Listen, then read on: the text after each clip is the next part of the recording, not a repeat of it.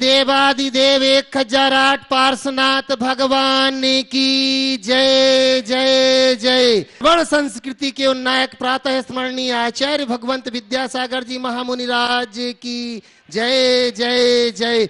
गुणायतन प्रणेता शंका समाधान व भावना योग प्रवर्तक प्रखर वक्ता पूज्य मुनिवर श्री प्रमाण सागर जी महाराज की जय जय जय। पूज्य मुनिवर श्री अभय सागर जी महाराज की जय जय जय। प्रिय बंधुओं, तीर्थराज सम्मेत शिखर की तलहटी गुणायतन परिसर में आयोजित देश के सर्वाधिक लोकप्रिय कार्यक्रम शंका समाधान में यहाँ पर उपस्थित स्थानीय श्रद्धालुओं का एवं देश विदेश से जुड़े हुए उन सभी श्रोताओं का जो घर बैठे आज इस कार्यक्रम का सीधा प्रसारण पारस चरण एवं प्रामाणिक ऐप के माध्यम से देख सुन व आनंद ले रहे हैं, उन सब का मैं गुणायतन श्री सेवायतन परिवार की ओर से हार्दिक हार्दिक अभिनंदन करता हूं। बंधुओं, हमें बड़ी प्रसन्नता है कि आज लगातार लोग गुणायतन से जुड़ते जा रहे हैं। मैं ये भीड़ को देख करके अंदाजा लगा रहा हूं कि महाराज श्री की ख्याति दूर दूर तक फैली हुई है, जिनका नाम सुनकर के लोग शंका समाधान के कार्यक्रम में शामिल होने के लिए आज यहाँ पर अनेक लोग यहाँ पर हजारों की भीड़ यहाँ पर लगी हुई है। ये सभी लोग महाराज श्री ये कार्यक्रम प्रारंभ हो मैं यहाँ पर उपस्थित और देश विदेश से जुड़ी उन सभी श्रोताओं की ओर से महाराज श्री के चरणों में कोटिशा नमोस्तु नमोस्तु नमोस्तु निवेदित करता हूँ। बंधुओं, हमें बड़ी प्रसन्नता है कि हमारे आवाहन पर लगातार लोग गुणायतन से जुड़ते जा रहे हैं। जिन्होंने आज गुणायतन से जुड़ने का भाव बनाया निर्वाण निधि के रूप में मैं उनके नामों की उद्घोषणा करता हूं। श्रीमती शीला जी देवी, धर्मपत्नी स्वर्गीय वीरेंद्र कुमार जी नागौर सतना से, श्री भास्कर जी श्री तुषार जी चंडीगढ़ से, शशांक जी दिनेश चंद जी दाहोद से, श्रीमती माया जैन सीमा जैन वर्धा से, श्रीमती सरिता देवी जी धर्मपत्नी आलमचंद जी जैन बेगमगंज से, श्रीमती इंदिरा देवी बानोई वांद्रा मुंबई से, श्री ML जी जैन, श्रीमती सुषमा जैन शुभम जैन इशिता जैन भोपाल से, श्री चंदूलाल जी डूमन लाल जी पिंपल गांव हरेश्वर जलगांव से, और श्रीमती सुषमा जैन अहरी अनिल कुमार जी जैन रारा कोतमा अनूपपुर से, और श्री दिलीप कुमार जी अमल कुमार जी मिथुन कुमार जी काला मंठा जालना से, और श्री माणक चंद जी जैन मुंबई से। बंधुओं, ये यहाँ पर जो भी लोग उपस्थित हैं अपने स्थान पर एक बार खड़े होकर के पूज्य श्री के चरणों में वंदन करते हुए नमोस्तु निवेदित करेंगे हमारे सभी निर्वाण निधि के रूप में जुड़े हुए।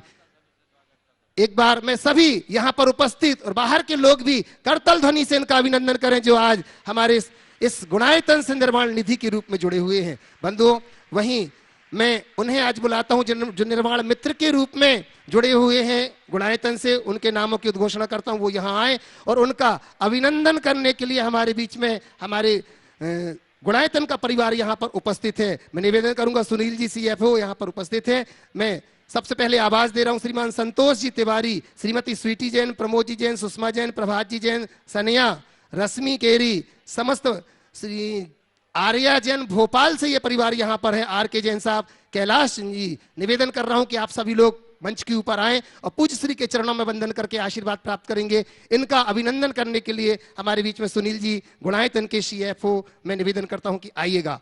और इसी के साथ साथ तैयार रहेंगे दूसरे जब तक ये यहाँ पर पहुंच रहे हैं जिन्होंने निर्वाण मित्र के रूप में गुणायतन से जुड़ने का सौभाग्य पाया है। श्री यशवंत जी जैन, श्रीमती जया जैन, मेघा जैन, प्रथम जैन रायपुर से हमारे बीच में है। बंधुओं, मैं उनसे भी निवेदन करता हूं मंच के निकट यहाँ पर आ जाएं और इनके बाद उनका भी अभिनंदन करने के लिए हमारे बीच में यहाँ पर उपस्थित है। मैं निवेदन करता हूं, मैं कपूर जी से भी निवेदन करता हूं, कपूर जी कोटा से आ जाएं, तैयार रहेंगे। और सिद्धार्थ जी से भी निवेदन करता हूं कि आप यहां पर उपस्थित रहेंगे इनका अभिनंदन करने के लिए। तीसरे क्रम में मैं यहां पर आवाज दे रहा हूं जब तक कि यशवंत जी यहां पर पहुंच रहे हैं। उन्हीं के साथ साथ तैयार रहेंगे श्रीमती शकुंतला देवी, तैयार रहेंगे जब तक कि यशवंत जी आप यहां पर पहुंचो। शकुंतला जी तैयार रहेंगी, शकुंतला देवी छावड़ा, श्री शांति कुमार जी, देवेंद्र कुमार जी जयपुर से ये तैयार रहेंगे। चलिए, बहुत देर ना लगाएं आप लोग, जितनी जल्दी आप पहुंचेंगे बस बढ़ते जाएं भैया। मैं कह रहा हूं आप 5 सेकंड का समय दूसरे का बचाएंगे तो बहुत अच्छा होगा। यशवंत जी देखना, आप 3 सेकंड में यशवंत जी अपने स्थान पर पहुंच जाएंगे, इनकी कुशलता देखना आप बंधुओं। बहुत बढ़िया पहुंच रहे हैं, अभिनंदन कर रहे हैं सिद्धार्थ जी और कपूर जी कोटा से निवेदन कर रहा हूं इनका अभिनंदन करने के लिए पहुंचे। और शकुंतला देवी छावड़ा यहां पर पहुंच चुकी मंच के ऊपर। शांति कुमार जी, देवेंद्र कुमार जी जैन जयपुर से यहां पर वो पहुंच चुके हैं। उसी के साथ इनका अभिनंदन करने के लिए मैं निवेदन कर रहा हूं। हमारे बीच में हैं चंद्रकला जी पाटनी जो कि गुणायतन मंत्री हैं, साथ ही साथ हमारी लता जी गंगवाल से निवेदन करता हूं, साथ ही साथ अगले में उनको बुला लेता हूं। आइएगा, एक बार निवेदन कर रहा हूं। शकुंतला देवी जी का परिवार यहां पर आ चुका है, आइए। वाह, देखिए यशवंत जी बिल्कुल 3 सेकंड में निकल गए और शकुंतला जी का परिवार भी बिल्कुल ऐसे ही करेगा, देखना आप। शीघ्रता से आशीर्वाद लेकर के अपने स्थान पर पहुंच रहे हैं। और इसके बाद तैयार रहेंगे सूरजमल जी जैन, श्री मनीष कुमार जी जैन, श्रीमती अनीता जैन, अनीश कुमार जी जैन भानपुरा से हमारे बीच में बंधु निवेदन करता है, आप यहां पर आइए और इनका अभिनंदन करने के लिए तैयार रहेंगे। श्रीमती कीर्ति जी, मुकेश जी दिल्ली से हमारे बीच में हैं और अर्चना जी से निवेदन करता हूं। अर्चना जी, असीत जी वेनाडा कोलकाता से हमारे बीच में तैयार रहेंगे इनका अभिनंदन करने के लिए, आप आइएगा। भानपुरा वाला परिवार यहां पर पहुंच रहा है, अति शीघ्र आप यहां पर पहुंचे। और इन्हीं के साथ तैयार रहेंगे जो कि निर्वाण मित्र के रूप में जुड़े हैं अशोक कुमार जी, अनुराग जी जैन, संप्रति प्रमोदिका, निशिता, ऑस्ट्रेलिया जबलपुर से हमारे बीच में बंधुओं निवेदन करते हैं कि वो तैयार रहें और मंच के निकट आ ही जाएं आप लोग। और इनका भी अभिनंदन करने के लिए आ रहे हैं, पहले बेनाडा जी आ रही हैं और कीर्ति जी, चलिए लीजिए। अशोक कुमार जी, अनुराग जी पहुंच गए हैं क्या? आइएगा, आप आइएगा और इनका अभिनंदन कर रही हैं। साथ ही साथ मैं निवेदन करता हूं, आ गए क्या? हर्षा जी पहुंच रही हैं अपने पूरे परिवार के साथ। अशोक कुमार जी, अनुराग जी संप्रति हो चुकी है। चलिए, अब अशोक कुमार जी, अनुराग जी जैन, संप्रति प्रमोदिका, निशिता ऑस्ट्रेलिया से हमारे बीच में है और इनका अभिनंदन करने के लिए मैं निवेदन करता हूं। हमारे बीच में अर्चना जी वेनाडा आ रही हैं, अभिनंदन कर रही हैं, गुणायतन ट्रस्टी जो, लीजिएगा, आए। असित वेनाडा जी अगर यहां हो तो वो भी आ जाए। चलिए, और इसी के साथ बंधुओं बड़े सम्मान के साथ मैं आवाज दे रहा हूं जिन्होंने गुणायतन से अपनी जड़ें मजबूत करने का मन बना लिया है, ऐसे ऐसे श्रीमती हर्षा जी, विनोद जी काला, कृपा हर्षविल जी गाला, काला नहीं गाला, श्रीमती हर्षा विनोद जी गाला, कृपा हर्षवी गाला मानटूंगा, मुंबई से हमारे बीच में है। मैं इनका अभिनंदन करने के लिए सुभाष जी से निवेदन करता हूं, सीईओ गुणायतन, और साथ ही साथ भाभी जी से भी निवेदन करूंगा, पूनम जी अगर यहां हो तो वो भी आ जाएं। आइएगा, अभिनंदन करने के लिए यहां पर पहुंच रहे हैं श्रीमान सुभाष जी, गुणायतन सीईओ।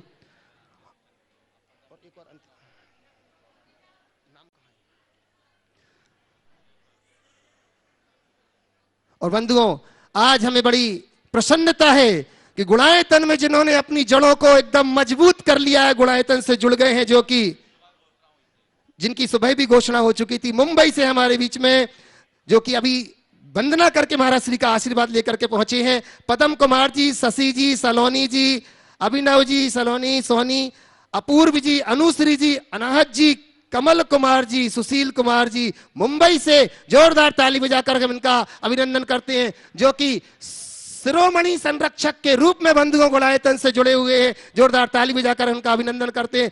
पदम कुमार जी, शशि जी, अविरल जी, सलोनी जी, अपूर्व जी, अनुश्री जी, अनाहत जी, कमल जी, सुनील कुमार जी, मुंबई से एक बार पुनः जोरदार कलतर ध्वनि से बंधुओं हम इनका अभिनंदन करते हैं। बंधुओं, अब हम चलते हैं सीधे प्रथम प्रश्न के लिए। ऑनलाइन प्रश्न के माध्यम से महाराज श्री के चरणों में वंदन करते हुए अपन निवेदन कर रहे हैं कि महाराज श्री प्रमोद कुमार जी जैन, राजस्थान दुर्गापुरा जयपुर से आपके चरणों में वंदन करते हुए कहना चाह रहे हैं, महाराज श्री, द्रौपदी का चीरहरण करने वाले को लोग भूल गए, लेकिन जिसने सीता को हाथ तक नहीं लगाया आज भी जलाया जाता है, आखिर ऐसा क्यों? देखिए, बहुत अच्छा सवाल है। द्रौपदी का चीरहरण किया दुशासन ने, और आज दुशासन का लोग उतना ख्याल नहीं रखते, लेकिन सीता को हाथ न लगाने वाले रावण को भी आज भी जलाया जाता है। प्रश्न बहुत अच्छा है। मुझे इसके पीछे एक वजह दिखती है। दोनों ने दुराचार किया, लेकिन रावण का दुराचार बड़ा हुआ, क्योंकि छल तो दोनों ने किया था और छल से दुराचार किया, लेकिन रावण ने साधु बन करके छला था और वह एक साधारण राजा बन करके छला था। मुझे ऐसा लगता है जो ऊंची अवस्था में जाकर नीचा काम करते हैं वे ज्यादा पतित होते हैं। शायद रावण के साथ ऐसा ही हुआ हो, मेरी समझ में ऐसा ही आता है। चलिए। महाराज श्री हीरा जी बड़जात्या हजारीबाग से चरणों में नमोस्तु निवेदित करती हुई कह रही हैं कि खुशी से संतुष्टि मिलती है, वह कुछ समय के लिए, लेकिन संतुष्टि से जो खुशी मिलती है वह हमेशा के लिए होती है। तो हे महाराज श्री, हमें संतुष्टि को किस प्रकार कायम रखें, कृपया समाधान कीजिए। खुशी से संतुष्टि और संतुष्टि की खुशी दोनों में बड़ा मौलिक अंतर है। बिल्कुल सही कहा है, खुशी की जो संतुष्टि है वो अल्पकालिक है, संतुष्टि की जो खुशी है वो दीर्घकालिक है। हमें जो खुशी मिलती है जब हम चीज़ों से लेते हैं तो उससे मिलने वाली संतुष्टि अल्पकालिक होती है, लेकिन जो संतुष्टि है वो चीज़ों से नहीं होती, वो अंदर से आती है। जैसे हम अपने खुशी के रूप में देखते हैं वो चीज़ों पर निर्भर है जो टिकाऊ नहीं है, लेकिन अंदर की जो संतुष्टि है वो हमारे भावों पर निर्भर है जो टिकाऊ है। तो हमें चाहिए कि हम अपने भीतर आंतरिक संतुष्टि को जगा करके रखें, उस संतुष्टि के भाव से ही हम अपने जीवन का पथ प्रशस्त कर सकें। महाराज श्री रमेश जी गुड़माला जी काला हैदराबाद से गुणायतन से जुड़े हुए सदस्य, जो कि आपके चरणों में वंदन करते हुए निवेदन कर रहे हैं कि आजकल नित्य पूजन के साथ कई लोग 108 शांति विधान, भक्तांबर विधान, कल्याण मंदिर विधान आदि का नियम लेकर के पूजन करते हैं, क्योंकि विधान का मानना तो है नहीं, फिर भी वह पूजन करते हैं। क्या हम ऐसे सिद्ध चक्र की पूजन भी कर सकते हैं क्या? अरे पूजन तो जितनी बने उतनी करो, कुछ कर ही रहे ना, खो थोड़ी रहे, भगवान का ही तो नाम ले रहे हैं। ठीक है, मारना आदि बना करके करेंगे तो कुछ विशेष हो जाएगा, लेकिन जितना बने उतना करो। अब समय कम है तो मारने में आधा घंटा निकल जाएगा। भगवान का नाम लेने के लिए जब अवसर मिल जाए तब तैयार होना चाहिए और जो बहाना मिले कर लेना चाहिए। संगीता जी गहनवे गुणायतन से जुड़े हुए अकोला से आपके चरणों में नमोस्तु निवेदित करते हुए कह रहे हैं कि गुरुदेव, पूरी दुनिया जीत सकते हैं संस्कार से और जीता हुआ भी हार जाते हैं अहंकार से। तो गुरुदेव, हम हमारे आत्मा को कैसे संस्कारित करें कि अहंकार हम पर हावी ना हो सके, कृपया समाधान करें। सारी दुनिया को जीता जा सकता है संस्कार से और जीती हुई दुनिया भी हार जाते हैं अहंकार से। हम अपने आप को कैसे संस्कारित करें कि अहंकार समाप्त हो जाए। मैं तो ये कहता हूँ जिसके हृदय में संस्कार है उसके अंदर अहंकार होगा ही नहीं। और संस्कार को जगाने के लिए व्यक्ति को दो काम करना जरूरी है। पहला तो सत्संग करना है और दूसरा स्वात्म चिंतन करना है। जो व्यक्ति सत्संग करता है, अंतरंग से जुड़ करके सत्संग करता है, उसके अंतरंग में कभी अहंकार नहीं पनपता। जो व्यक्ति अपने जीवन की वास्तविकता के विषय में नित्य प्रति विचार करता है, उसके मन में कभी अहंकार नहीं पड़ता। वस्तु स्वरूप को जानने वाला अहंकारी नहीं बनता। अहंकार है क्या? अपने आप को कुछ विशेष मानने की धारणा का नाम ही तो अहंकार है। मैं हूँ, इसमें कोई अहंकार नहीं है, लेकिन मैं के साथ जब कुछ जुड़ जाता है, मैं कुछ हूँ, वो कुछ क्या है? बड़ा हूँ, छोटा हूँ, ये हूँ, वो हूँ, अमीर हूँ, गरीब हूँ, ये जो कुछ है ना, यही अहंकार है जो हमारे अज्ञानता का द्योतक है।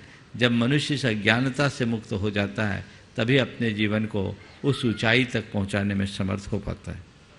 महाराज श्री मदनगंज किशनगढ़ से नमोस्तु निवेदित करती हुई कह रही हैं कि मिट्टी की एकता हुई तो ईंट बन गई, ईंटों ने एकता की तो दीवार बन गई, दीवारों ने एकता की तो घर बन गया। हम इंसान से भगवान बनने के लिए कैसी एकता करें कि हम अपने आप को भगवान बना सकें?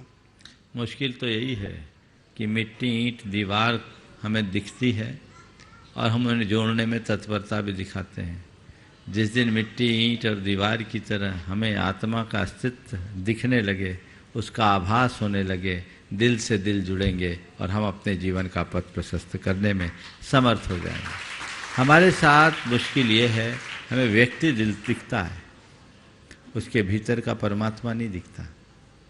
आप अपने आप से पूछो, जिनसे भी मिलते हो, जो भी तुम्हारे संपर्क में है, वो तुम्हें एक व्यक्ति की भांति दिखता है या एक परमात्मा की भांति दिखता है? कैसा दिखता है? हाँ, व्यक्ति ना, पर संत कहते हैं हर व्यक्ति अपने आप में परमात्मा है, जीवन की सच्चाई है, सबकी आत्मा एक है।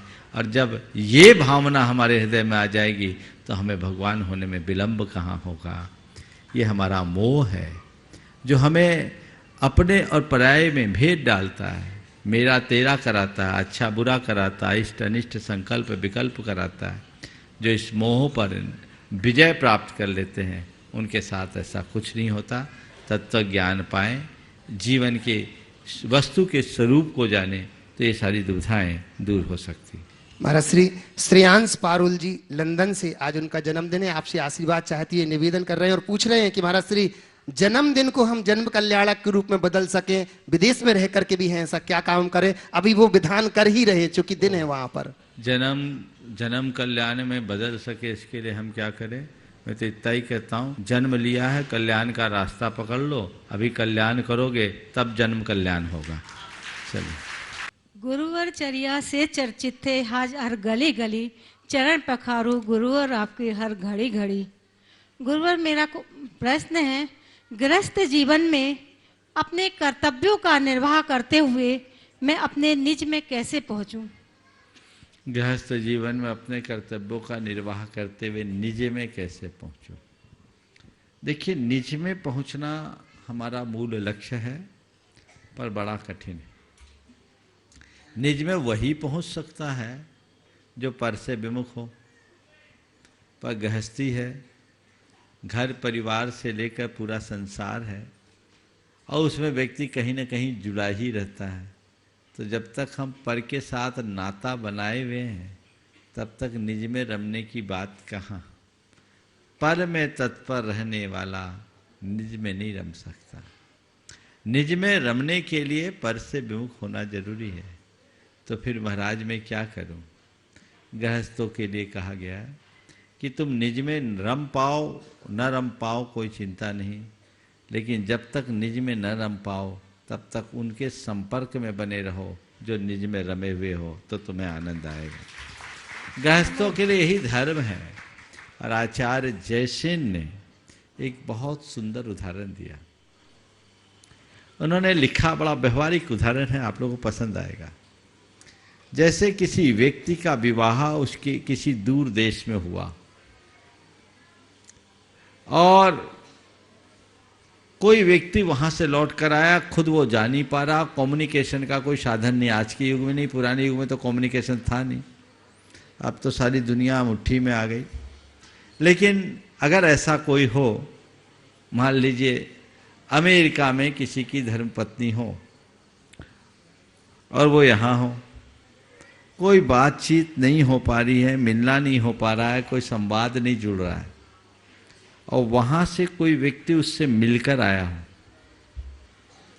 आपको उससे मिलने की इच्छा होगी कि नहीं? हाँ, होगी। और उससे उसके समाचार सुनकर के आनंदित होगे कि नहीं? होंगे ना? होंगे, स्वाभाविक है। जो मिलकर आया है उससे मिलने की इच्छा होती है और मिलकर के वहां के समाचार सुनकर आनंद आता है। बस अपने भीतर के परमात्मा से मिलने की इच्छा रखने वाले जब खुद नहीं मिल पाते तो पंच परमेष्टि की शरण में जाते हैं, जो उससे मुलाकात करके आए हैं, जो उससे मुलाकात करके आए हैं और उससे उसका हाल समाचार सुन करके आनंदित होते हैं। समझ गए? गुरुजनों के पास क्या मिलता है तुम्हें? वही आत्मा का संवाद तो तुम तक पहुंचता है। और क्या पहुंचता है?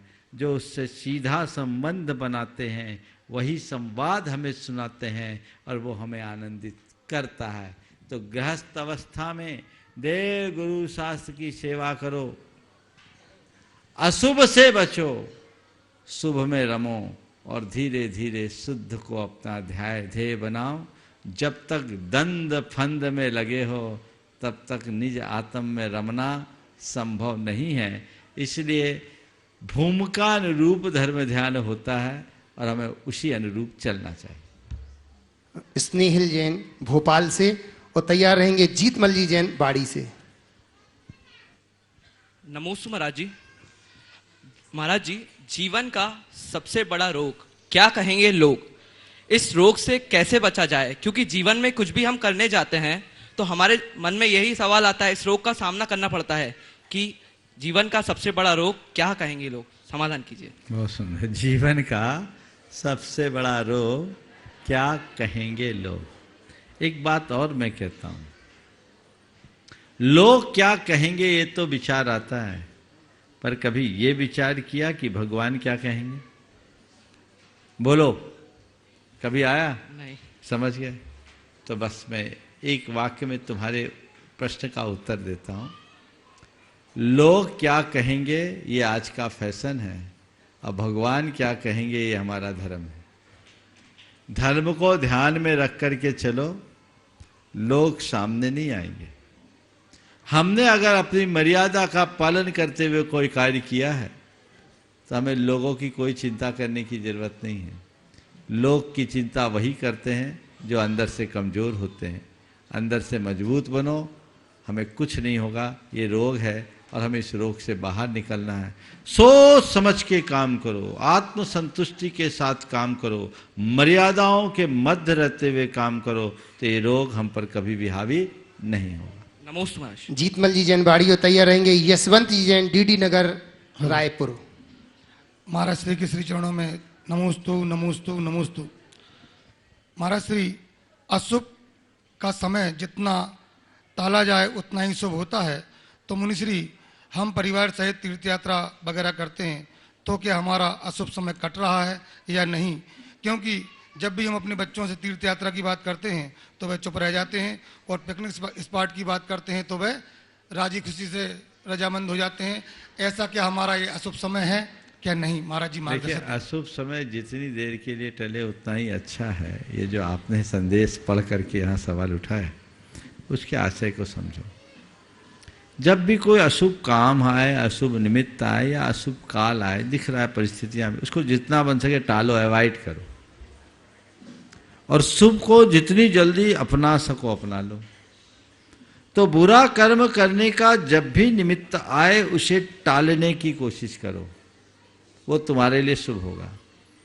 आपने जो सवाल किया, हम तीर्थ यात्रा आदि के लिए निकलते तो अशुभ से बचने के लिए निकले। अब उसमें बच्चे आदि के मन में वो विचार नहीं आता, पिकनिक स्पॉट वगैरह में जाना चाहते हैं, तो मैं तो एक बात कहता हूँ, बच्चों को पिकनिक स्पॉट के लिए मना मत करो। एक कंडीशन डाल दो, बेटा तुम कहते हो तो एक यात्रा पिकनिक स्पॉट की, दूसरी यात्रा तीर्थ यात्रा सम्मेत शिखर की या अन्य की। और फिर इसका क्या परिणाम होगा?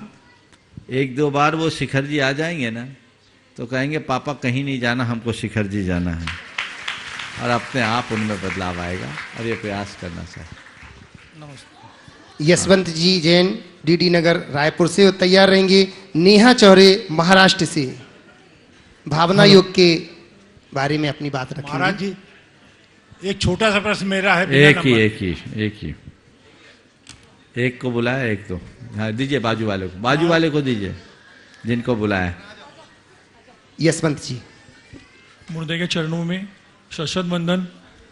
मुनिवर, मेरी यह शंका है कि जैसा कि आचार्य श्री की दूरगामी सोच है, आचार्य श्री विद्यासागर जी महाराज जी की दूरगामी सोच है कि अभी जो वर्तमान में जहाँ भी प्रतिष्ठित हो रही है मूर्तियाँ, वह सभी बिना बाल की मूर्तियाँ प्रतिष्ठित हो रही है। जैसा कि अभी कुछ लोगों का कहना है कि बिना बाल की मूर्तियों में भगवान जी का जो स्वरूप है उसमें भाव नहीं लगते हैं, तो इसका शंका का समाधान करें। नमोस्तु। देखिए, तो भाव तो हमारे अंदर बैठा, मूर्ति से भाव थोड़ी है, मूर्तिमान का भाव है। तो मूर्ति क्यों देखते हो? उसमें विराजमान भगवान को देखो तो बाल भी नहीं दिखेंगे, न मूर्ति दिखेगी, भगवान दिखेंगे।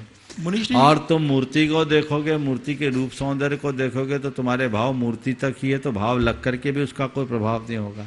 मनीष जी, उसका प्रयोजन क्या है? बता रहा हूँ। पहली बात तो ये कहना कि मूर्ति में भाव नहीं लगते, ये बात सही नहीं है। हमें मूर्ति को देखना नहीं है, मूर्तिमान को देखना है। मूर्ति तो माता आलम्बन है। जहाँ तक बिना केश के बाल मूर्ति का सवाल है, उसका अपना एक सौंदर्य है, वो निखरती है, समझ गए। और आगम में ऐसा विधान है कि केवल ज्ञान के पहले भगवान की जो स्थिति है, उसके बाद उनके नख केश बढ़ते नहीं। तो मान लीजिए किसी महाराज ने आज ही केवल केश लोच किया और उसी दिन केवल ज्ञान हो गया तो बाल मिलेंगे क्या? तो ऐसा हो सकते हैं कि नहीं हो सकते? अनेक प्राचीन प्रतिमाएं भी ऐसी है और शिल्प में बहुत परिवर्तन होता रहता है। कई तरह के केश विन्यास हैं। आप देवगढ़ के मंदिरों में जाएंगे तो वहाँ के भगवानों के बालों को देखोगे तो लगेगा एकदम ऐसा है जैसे एकदम क्या बोलते जूड़ा बना हुआ है। हाँ, जटाएं हैं, बहुत सुंदर कलात्मक है। तो ये चीज़ें हैं, समय समय पर बदलाव होता है। हम मूर्ति को न देखें, मूर्तिमान को देखें। चलिए। नेहा जी चौरे महाराष्ट्र से, और इसी के साथ निवेदन करूंगा चंद्रकला जी पाटनी गुणायतन मंत्री रांची से। नमोस्तु महाराज जी, नमोस्तु महाराज जी, नमोस्तु महाराज जी। मैं नेहा चौरे मलकापुर से भावना योग के लिए एक्सपीरियंस शेयर कर रही हूँ। भावना योग से मेरा मतलब जो मुझे 6 साल से डिप्रेशन की दवा चालू थी, बट वो मतलब KM गंगवाल डॉक्टर की दवा ली और उन्होंने बोला कि भावना योग करो, तो उससे मेरे 2 महीने में 400 mg की दवा 50 mg पे आ गई है और बहुत रिलैक्स और एनर्जेटिक मुझे फील होता है और शांति मिलती है मन को। भावना योग से और जाके महाराज जी ने बोला है कि आपकी दवा बंद हो जाएगी करके, 100% बंद हो जाएगी, ऐसा उन्होंने कहा है मुझे। बहुत सुंदर। नमस्ते महाराज जी, नमस्ते। आप कोई देख के कहेगा कि ये 400 mg की गोली खाने वाली रही हो, इतनी हाई डीप डिप्रेशन में रहने वाली। अभी इनके सवाल करने के तौर तरीके से लगता है कि कभी ये डिप्रेशन में रही हैं। जो डीप डिप्रेशन में था, आज उसके चेहरे पर ऐसी चमक, यही भावना योग का चमत्कार है। नमस्ते भगवान। इन्होंने पूरी वंदना भी कर ली और अभी बहुत थोड़ी दवाई ले रहे हैं। मैं तो कह रहा हूँ, कितने दिन हुए आपको भावना योग करते हुए? 3 महीने हो गए मुझे। 3 महीने का ये रिजल्ट है। 2-3 महीने और कर लो, पूरी की पूरी 100% रिजल्ट आ जाएगी। इसमें कुछ सोचने की जरूरत नहीं है। इसलिए ऐसे भाव लोगों को रखना चाहिए। भावना योग एक अमोघ प्रक्रिया है। जो इसको अपना रहे हैं उनके जीवन में जबरदस्त प्रभाव पड़ रहा है। आप इसका लाभ लें। आशीर्वाद। महाराज जी, हम 3 साल से समय शिखर जी आते हैं। हर साल हम मतलब वेडिंग एनिवर्सरी को यही मनाते हैं और इस साल आपके चरण पखारे हमने। बहुत सुंदर। नमस्ते महाराज जी। ओ हाँ, चंद्रकला जी पाटनी गुणायतन मंत्री, और इसी के बाद तैयार रहेंगी अर्चना जी। पहले दोनों मुनिराजों के चरणों में नमोस्तु।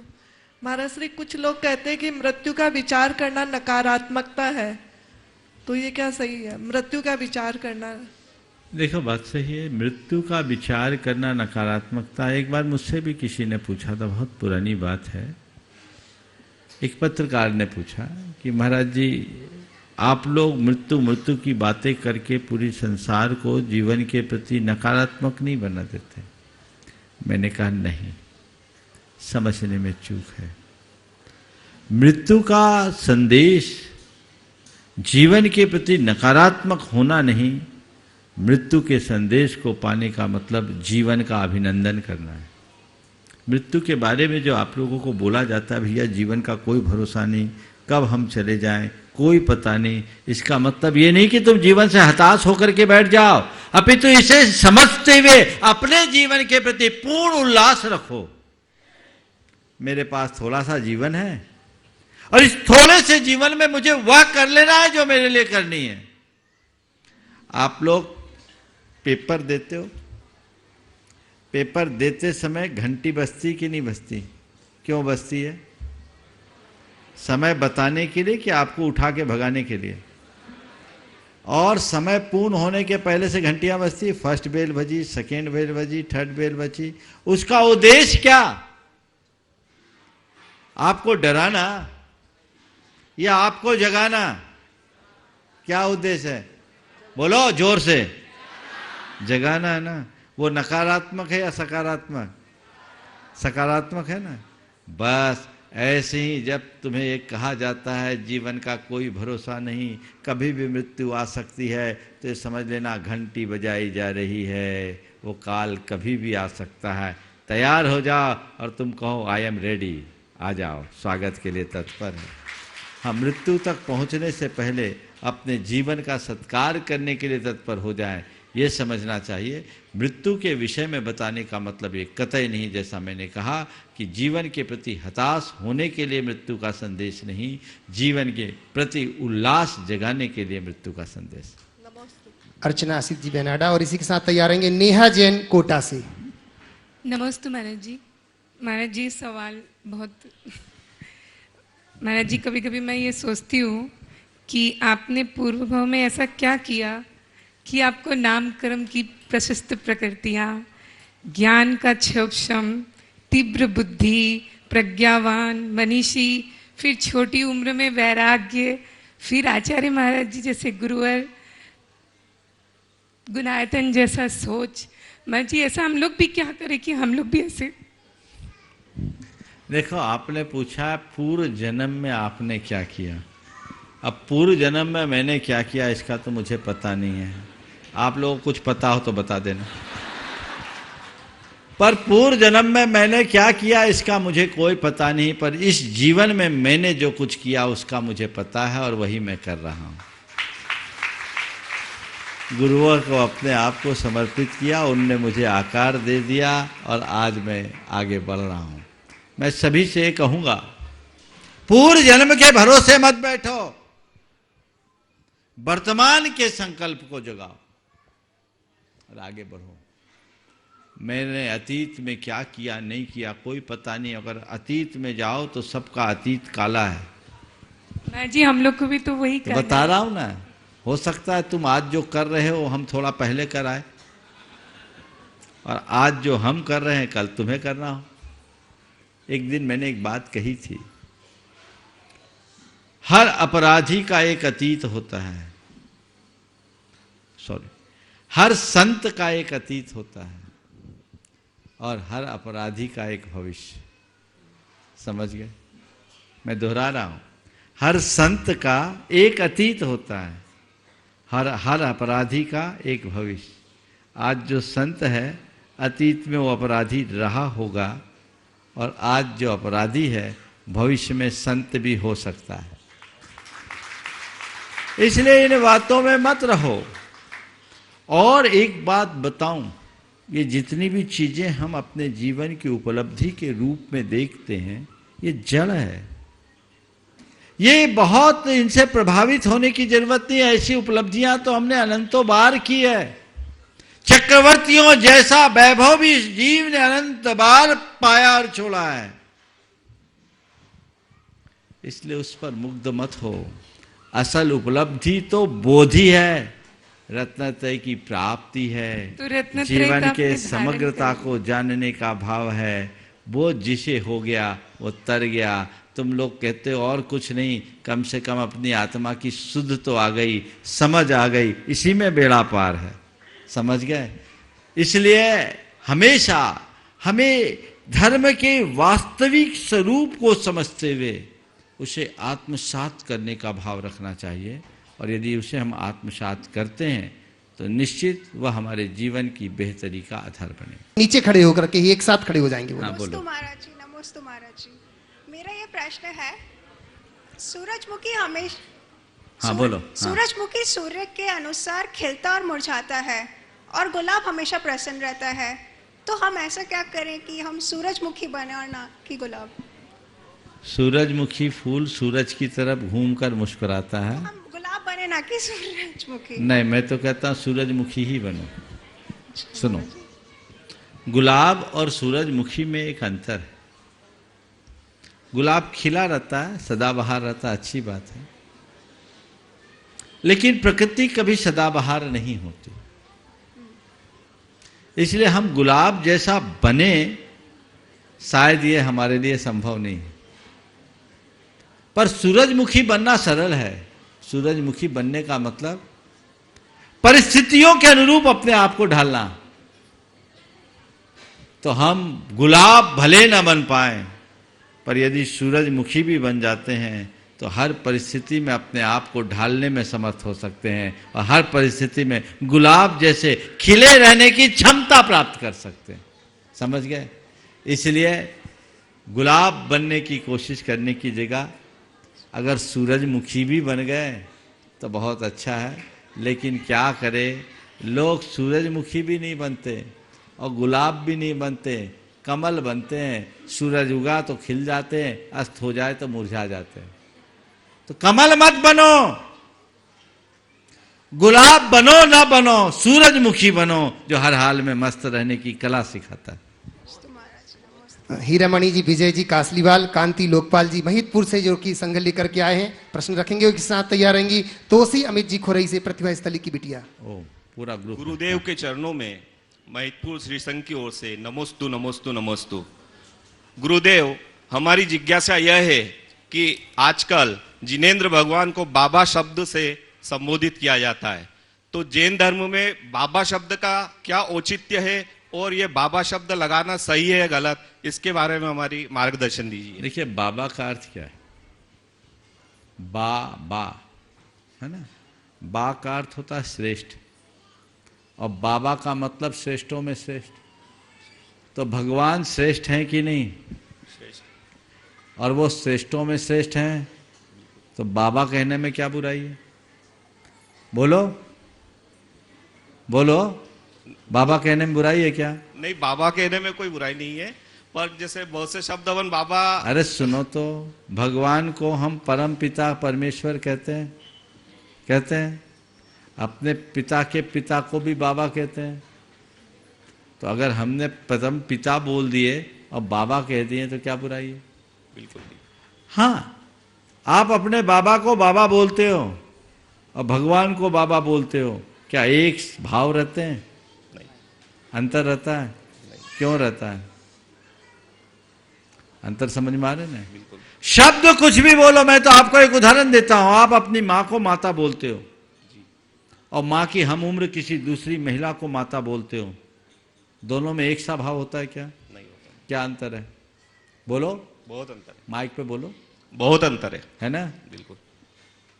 तो तुम अपने जिन्हें लोक में बाबा कहते हो उनको बाबा कहो, और कुंडलपुर में बड़े बाबा को बड़े बाबा कहो, और फिर छोटे बाबा को छोटे बाबा। जय बोलो बड़े बाबा की और छोटे बाबा की। छोटे बाबा की जय।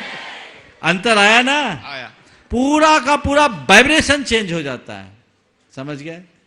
तो उस भाव को समझना चाहिए। तो वैसे ही समझ करके चलो। तो बाबा ये भक्ति का एक अंग है। मैं पूरे तुम्हारे महितपुर संघ को आशीर्वाद देता हूँ, पूरा वहीं से। ओम देख लो। हाँ, सबको आशीर्वाद। चलिए। तोसित अमित जी खुरई से प्रतिभा स्थली की बिटिया, ओ, इसी के ओ। साथ तैयार रहेंगे। ऊषा जैन मुंबई से। शीघ्रता से आते जाएंगे आप लोग। एक मिनट। हाँ, नमोस्तु महाराज जी। नमोस्तु महाराज जी, मेरा नाम तोशी जैन है, मैं खुरई से हूँ।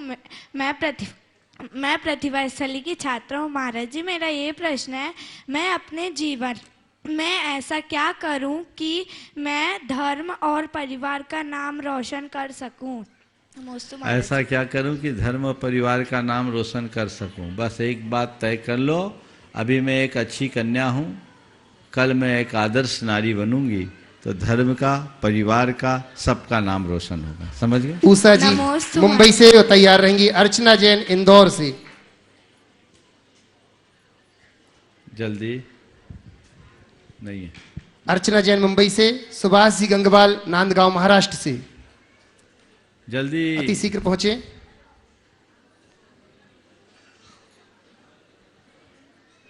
तैयार रहेंगे सुभाष गंगवाल जी नांदगांव महाराष्ट्र से। और उसके बाद तैयार रहेंगे रश्मि यशवंत शाह बीना से।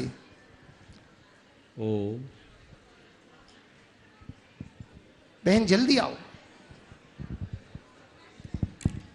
ओ हाँ बोलो। नमोस्तु महाराज, आज मेरा नंबर आ ही गया 3 बार के बाद में। हाँ, आज भी कट रहा था, जल्दी बोलो। हाँ महाराज जी, हम लोग स्वाध्याय करते हैं, स्वाध्याय ग्रुप की तरफ से नमोस्तु। ओम ओम। हमारे हाँ। इंदौर, भोपाल और कानपुर की तरफ से, सब तरफ से नमोस्तु, सब परिवार की तरफ से।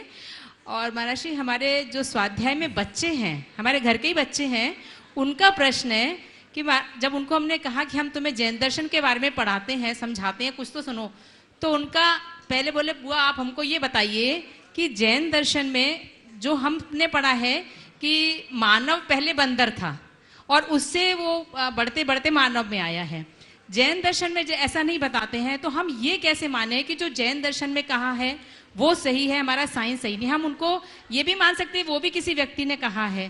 तो बिल्कुल ठीक है। हाँ। देखिए, सबसे पहली बात तो डार्विन का जो गुणात्मक विकास का सिद्धांत है, जो विकासवाद का सिद्धांत है, इसे किसी ने प्रत्यक्ष देखा क्या?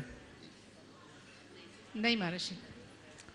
हमने उस पर विश्वास कर लिया कुछ शोधों के आधार पर जो धर्म में बात की गई है वो प्रत्यक्ष अनुभूत करके की गई। विज्ञान सृष्टि को एक रचना के रूप में देखता है जिसका कभी निर्माण हुआ और क्रम से सृष्टि का विकास हुआ, और धर्म कहता है सृष्टि रचना नहीं है, सृष्टि शाश्वत है जो अनादि से, इसे न किसी ने बनाया न कोई मिटा सकता। तो अनादि से सब है और अनंत काल तक सब रहेंगे, सब एब एटर्नो है। दोनों की अवधारणा में जमीन आसमान का अंतर है, इसलिए दोनों को समान नहीं माना जा सकता। तो महर्षि आजकल सब बच्चों को यही पढ़ाया जा रहा है, तो उनकी धारणा कैसे चेंज? इसलिए उनको कहो कि जो स्कूल में पढ़ाया जा रहा है वो स्कूल की पढ़ो, धर्म को भी पढ़ लो ताकि तुम्हारी धारणा डगमगाने से बचे। नमोस्तु महर्षि। रश्मि यशवंत जी साहब। अच्छा, सुभाष जी गंगवाल। जल्दी जल्दी जल्दी, अंतिम प्रश्न है अभी। गाड़ी तो छूट चुकी, बोलो। महाराज जी नमस्तु नमस्तु नमस्तु महाराज जी।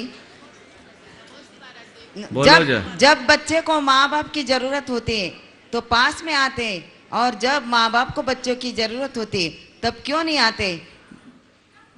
यही तो संसार है ना। पर उन्हें भी ध्यान रखना चाहिए, आज तुम माँ बाप के पास रहोगे ना तो भविष्य में तुम्हारे बच्चे भी तुम्हारे पास रहेंगे। बच्चे वही सीखते हैं जो हम उन्हें सिखाते हैं, इसलिए हर बच्चों को माँ बाप का साथ जरूर देना चाहिए, उसे कभी नहीं भूलना चाहिए। इस प्रकार आज के चलो आउट ऑफ महाराज जी को पर हो गया। हाँ, नमस्ते महाराज जी, नमस्ते महाराज जी, नमस्ते। बोलो बोलो बोलो, इनको दो माइक तो दो, इधर आओ सामने सामने आके। रश्मि यशवंत साहब बीना वाले हैं। अच्छा, मुनि द्वय के चरणों में शाह परिवार बीना की ओर से नमोस्तु। महाराज जी, मेरी शंका यह है कि कहा गया है आत्मोन्नति के लिए प्रयास करना चाहिए, लेकिन शिखर वंदना करते समय यह लगा कि काया के लिए भी कुछ प्रयास होना चाहिए। कृपया शंका के लिए। काया राखे धर्म, ये तो बोला गया है ना। तो शरीर तन ही स्वस्थ नहीं है तो धर्म क्या करोगे? इसलिए आत्मोन्नति के मार्ग में तन को स्वस्थ रखना भी जरूरी है। अगर तन स्वस्थ रहेगा तो मन मस्त रहेगा, और मन मस्त रहेगा तो चेतना भी प्रशस्त रहेगी, अन्यथा सब पस्त हो जाएंगे। इसलिए पस्त होने से बचें और जीवन को आगे बढ़ाएं। यहीं पर विराम। बोलिए परम पूज्य आचार्य गुरुवर श्री विद्यासागर जी महाराज जी। नमोस्तु महाराज। बोले परम पूज्य सभी बैठेंगे, सभी बैठेंगे जी महाराज की।